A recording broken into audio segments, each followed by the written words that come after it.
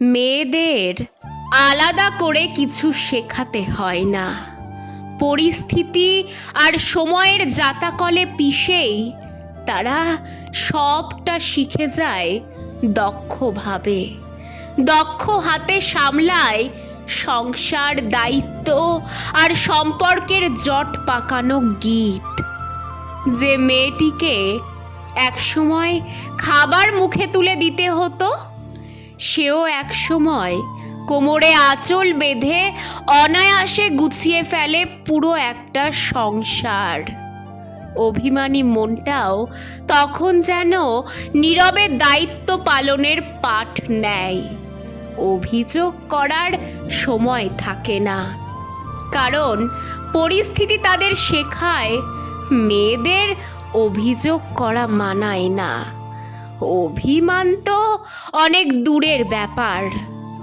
তাদের বোঝার ক্ষমতাও আশ্চর্য রকম সূক্ষ্ম। বিধাতা যেন তাদের মনে এক প্রকার ঐশ্বরিক অনুভূতির আলো জ্বেলে দিয়েছেন, যা দিয়ে তারা সহজেই বুঝে ফেলে কে তার প্রতি স্নেহ দেখালো, কে অবহেলা করলো, আর কেই বা তাকে কেমন চোখে দেখলো।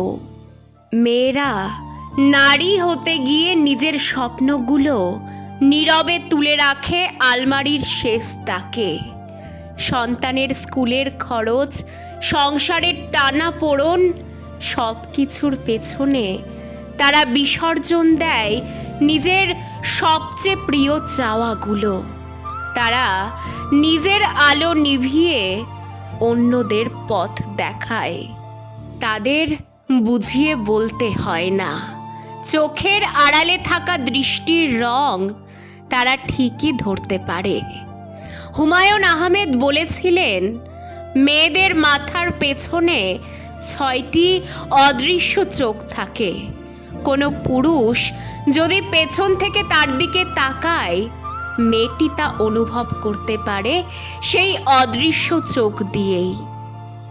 আসলে কি বলতো, মেয়েদেরকে কোনো নির্দিষ্ট সংজ্ঞায় ফেলা যায় না। তারা নিজেরাই এক একটি জীবন্ত উপন্যাস, কখনো জল রঙে আঁকা, তো কখনো রক্ত মাখা বাস্তবতায় গড়া। তাদের নীরবতাও একরকম কাব্য, যেখানে শব্দের প্রয়োজন পড়ে না, শুধু উপলব্ধির দরকার হয়।